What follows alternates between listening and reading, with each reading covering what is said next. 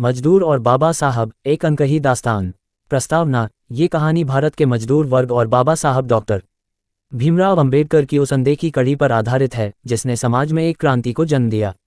इस लेख में न केवल बाबा साहब के संघर्षों को मजदूर वर्ग से जोड़ा गया है, बल्कि उस अनसुलझे रहस्य को भी उजागर किया गया है जो इतिहास के पन्नों में छुपा हुआ था। भाग 1: शुरुआत का संघर्ष। सन 1920 के दशक में भारत का मजदूर वर्ग अत्याचार और शोषण का शिकार था। फैक्ट्रियों में काम करने वाले मजदूरों की स्थिति गुलामी से भी बदतर थी। दूसरी ओर बाबा साहब अपनी पढ़ाई पूरी कर भारत लौटे थे। उन्होंने मजदूरों और निचले तबके की स्थिति को देखा और उनकी हालत सुधारने का बीड़ा उठाया। कहानी के इस हिस्से में मजदूरों और बाबा साहब के बीच एक अज्ञात संबंध का संकेत मिलता है। क्या ये संभव था कि बाबा साहब का कोई करीबी व्यक्ति मजदूर आंदोलन का नेतृत्व कर रहा हो? भाग 2: बाबा साहब का अज्ञात अध्याय। बाबा साहब ने अपने जीवन में मजदूरों के अधिकारों की लड़ाई के लिए कई आंदोलन किए, लेकिन इतिहासकारों ने उनके एक महत्वपूर्ण दस्तावेज को हमेशा अनदेखा किया। ये दस्तावेज उनके एक गुप्त साथी के नाम लिखा गया पत्र था, जिसमें मजदूरों को एकजुट करने की योजना थी। पत्र में बाबा साहब ने लिखा था, अगर मजदूर जागरूक हो गए तो कोई भी शक्ति उन्हें उनके अधिकारों से वंचित नहीं कर सकती।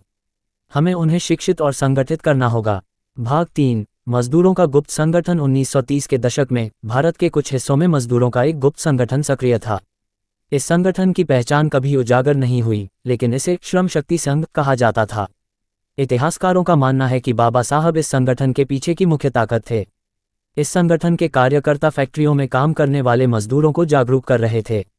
उन्होंने मजदूरों के बीच एकता पैदा की और उन्हें उनके अधिकारों के प्रति जागरूक किया। भाग 4: रहस्य का पर्दाफाश। 1942 में एक घटना घटी जिसने सबको चौंका दिया। मुंबई की एक बड़ी फैक्ट्री में हड़ताल हुई, जिसमें हजारों मजदूरों ने हिस्सा लिया। हड़ताल की अगुवाई करने वाला व्यक्ति अचानक गायब हो गया। ये रहस्य कभी सुलझा नहीं, लेकिन कई लोग मानते हैं कि वह व्यक्ति बाबा साहब के गुप्त संगठन का सदस्य था। भाग 5: वर्तमान में मजदूर और बाबा साहब की विरासत। आज के समय में भी मजदूरों के अधिकारों के लिए जो संघर्ष हो रहे हैं, उनमें बाबा साहब की सोच और उनके विचारों की गूंज सुनाई देती है।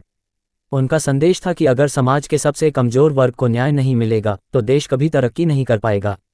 लेकिन सवाल यह है, क्या बाबा साहब वाकई मजदूर आंदोलन का एक गुप्त चेहरा थे? क्या उनके प्रयासों का पूरा सच कभी सामने आएगा? और क्या हम उस अनसुलझे रहस्य को जान पाएंगे जिसने भारतीय मजदूर आंदोलन को प्रेरित किया?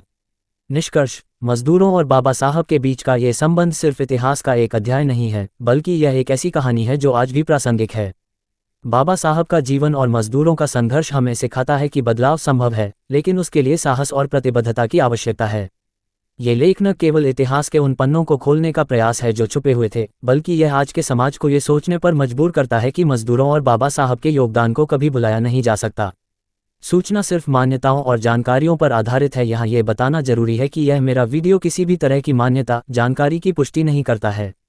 किसी भी जानकारी या मान्यता को अमल में लाने से पहले संबंधित विशेषज्ञ से सलाह लें। धन्यवाद।